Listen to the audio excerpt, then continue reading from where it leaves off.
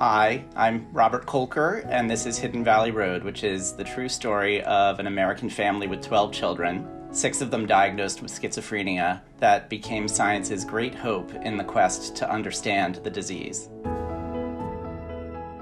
I found writing it, and I hope readers find reading it, a hopeful story because it's really about what happens after perhaps some of the worst possible things happen to not just yourself, but to your whole family. And how do you make it through that? Can you talk a little bit about how you balanced the story with the science and brought it together? I prepared 2 different timelines, the science and history of schizophrenia and our thinking about it, and the history of this family.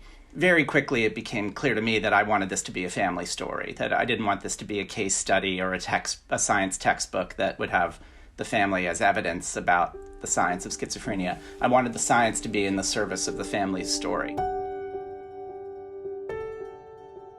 The family hobby is trying to tame wild things. Can you talk a little bit about their falconry?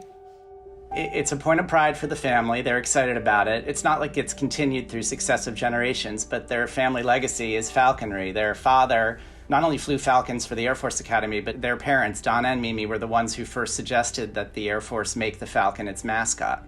And so I couldn't not write about it. That shows just how optimistic and how large and in charge they were as people, how they were ready to take on the world and confident that they could with enough hard work and faith. That made me think of all sorts of family stories where the family starts off with hopes and optimism, and then something unexpected happens, and how do they deal with what's unexpected? And so I knew I had to write about it in that way. For more of my conversation with Robert Kolker, please visit awordonwords.org. Thank you for watching A Word on Words. I'm JT Ellison. Keep reading.